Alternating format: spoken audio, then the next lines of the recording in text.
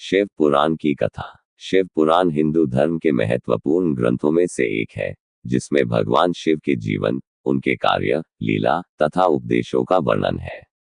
इसे 18 प्रमुख पुराणों में शामिल किया गया है।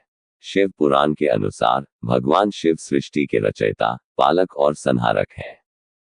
ये पुराण 24,000 श्लोकों में विभाजित है और इसमें शिव की महिमा, उनकी कृपा और उपासना के महत्व को समझाया गया है। शिव पुराण का परिचय। शिव पुराण में कुल 12 संहिताएं हैं, जिनमें विद्वानों और भक्तों के लिए भगवान शिव के विभिन्न पहलुओं का वर्णन किया गया है। ये पुराण सृष्टि के प्रारंभ, मानव जीवन के उद्देश्य और मोक्ष प्राप्ति के मार्ग पर प्रकाश डालता है। शिव पुराण की कथा का उद्देश्य भक्ति, ज्ञान और धर्म के मार्ग पर चलने की प्रेरणा देना है। सृष्टि की रचना। शिव पुराण के अनुसार सृष्टि की रचना भगवान शिव की शक्ति से हुई। शिव और शक्ति, जिन्हें पार्वती या आद्या शक्ति के रूप में जाना जाता है, सृष्टि के आधार हैं। शिव ने सृष्टि के निर्माण के लिए ब्रह्मा और विष्णु को उत्पन्न किया। ब्रह्मा सृष्टि के रचयिता और विष्णु पालनकर्ता बने। शिव और सती की कथा। शिव पुराण में शिव और सती की कथा का वर्णन किया गया है। सती दक्ष प्रजापति की पुत्री थी। उन्होंने भगवान शिव को पति रूप में प्राप्त करने के लिए कठोर तपस्या की।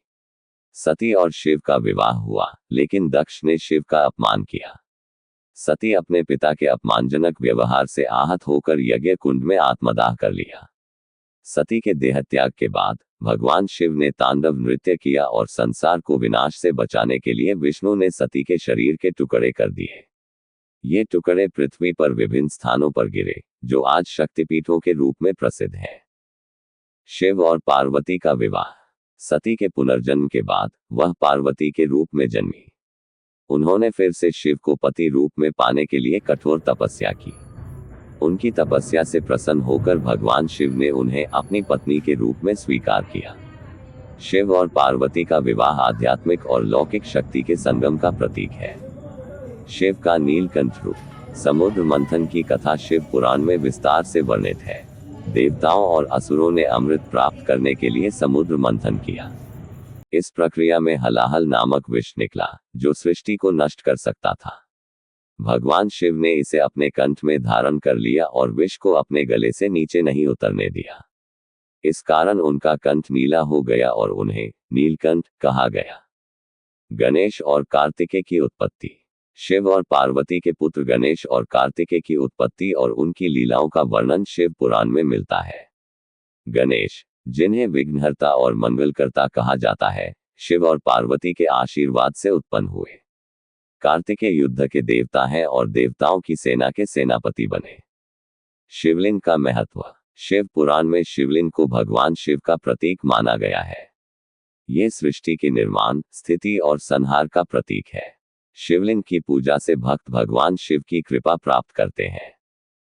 शिव पुराण में शिवलिंग पूजा के विधि विधान और उसके लाभों का विस्तार से वर्णन किया गया है। भगवान शिव के उपदेश। शिव पुराण में भगवान शिव ने भक्ति, धर्म और सत्य का मार्ग अपनाने पर बल दिया है। उन्होंने ये शिक्षा दी है कि मनुष्य को मोह, माया और अहंकार से दूर रहकर अपने कर्तव्यों का पालन करना चाहिए।